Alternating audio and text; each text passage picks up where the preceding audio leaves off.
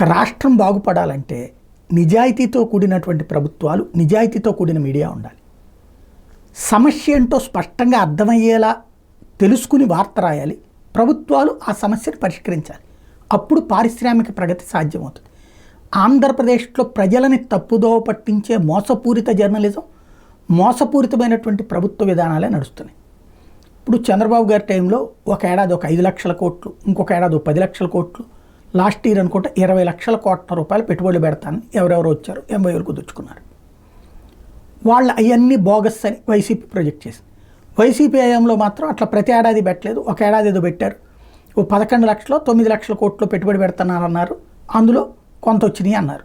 వాళ్ళు అవన్నీ బోగస్ అని తెలుగుదేశం అది. బట్ తెలుగుదేశం హయాంలోనూ పరిశ్రమలు వచ్చినాయి, వైసీపీ హయాంలోనూ పరిశ్రమలు వచ్చినాయి. ఏ పరిశ్రమ రాలేదంటూ నాడు వైసీపీ నేడు తెలుగుదేశం మాట్లాడుకుంటే దానివల్ల అందరికీ ఏమైనా ప్రయోజనం ఉందా?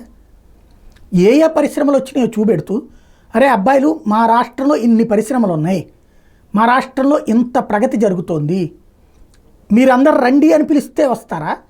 లేకపోతే జగన్ వచ్చి పరిశ్రమలు మూసేశాడని చంద్రబాబు టైంలో పరిశ్రమలు అందరూ పారిపోయినాయని జగన్మోహన్ రెడ్డి చెప్తే జరుగుతుందా?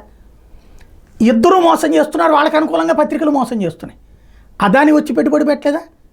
అలాగే ప్రముఖులైనటువంటి ప్రతి ఒక్కరు వచ్చి ఇక్కడ పెట్టుబడి పెట్టాడు జగన్ హయాంలో. అంతకుముందు చంద్రబాబు హయాంలోనూ పెట్టుబడులు పెట్టారు అలాంటి వాళ్ళు. ఏ ఏ సంస్థలు వచ్చినాయి, ఎప్పుడు వచ్చినాయి, ఏం పెట్టినాయి, ఏం చేస్తున్నాయి? ఫార్మా కంపెనీలు ఉన్నాయి ఇక్కడ. శ్రీకాకుళం లాంటి ఊళ్ళల్లో కూడా ఉన్నాయి కదా, శ్రీకాకుళం జిల్లా లాంటి చోట్ల కూడా, రణస్థలం లాంటి చోట్ల కూడా ఉన్నాయి కదా పరిశ్రమలు. లేవు అని మనం ఎందుకు ప్రతిరోజు నాయకులిద్దరు తిట్టుకోవడం కోసం రాష్ట్రంలో వచ్చిన పరిశ్రమలు లేవని, పారిపోయినాయి అని రాసుకురావడం వల్ల ఇప్పుడు పారిపోయినాయని రాస్తాం. రేపొద్దున ఏమవుతుంది? ఓహో రేపొద్దున మళ్ళీ గవర్నమెంట్ మారితే మనం పారిపోవాలేమో అని రేపొద్దున ఎవడన్నా వస్తాడా?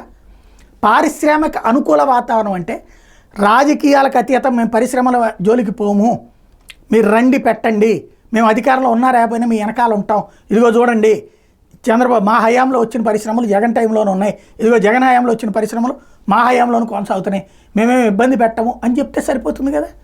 అదే ప్రచారంగా చేయాల్సింది పత్రికలు. కానీ చెడగొడుతున్నారంతా కలిసి.